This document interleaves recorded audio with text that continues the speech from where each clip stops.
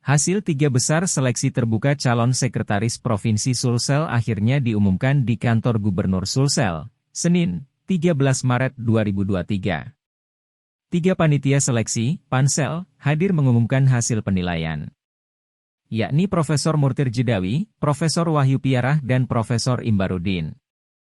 Pengumuman 3 besar calon Sekprov Sulsel awalnya dijadwalkan pada 24 Februari 2023. Akan tetapi pengumuman 3 besar itu molor dan baru diumumkan pada Senin, 13 Maret 2023, hari ini. 3 besar calon Sekprov Sulsel itu akan bersaing untuk menjadi pendamping Andi Sudirman Sulaiman di sisa 6 bulan masa jabatan. Andi Sudirman Sulaiman akan turun tahta pada 5 September 2023 mendatang. Adapun 3 besar calon Sekprov Sulsel itu yakni Andi Taufik, Muh Iqbal, Sukarniati Kondolele.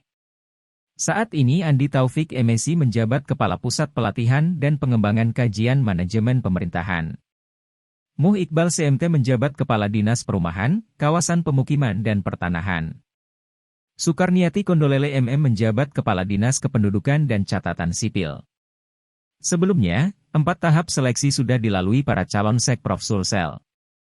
Perburuan calon Sekprov Sulsel dimulai dengan tes administrasi.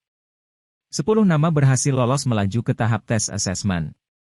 Proses assessment ini dilaksanakan selama 4 hari, mulai Senin, Kamis, 6/9/2023, di Kantor Badan Kepegawaian Negara, BKN. Ketua Tim Panitia Seleksi, Pansel, Profesor Murtir menyebut 10 nama calon Sekprov Sulsel mengikuti seluruh rangkaian tes di Jakarta. Tes asesmen meliputi manajerial dan psikotes. Setelahnya, calon Sekprov Sulsel menjalani tes penulisan makalah di UPT Penilaian Potensi dan Kompetensi, Kantor Gubernur Sulsel pada Senin, 13 Februari 2023, lalu. Seluruh calon Sekprov pun hadir menulis langsung makalahnya. Setelahnya, tes rekam jejak dan wawancara digelar selama 2 hari Selasa Rabu, 14-15-2-2023, di Hotel Claro Makassar.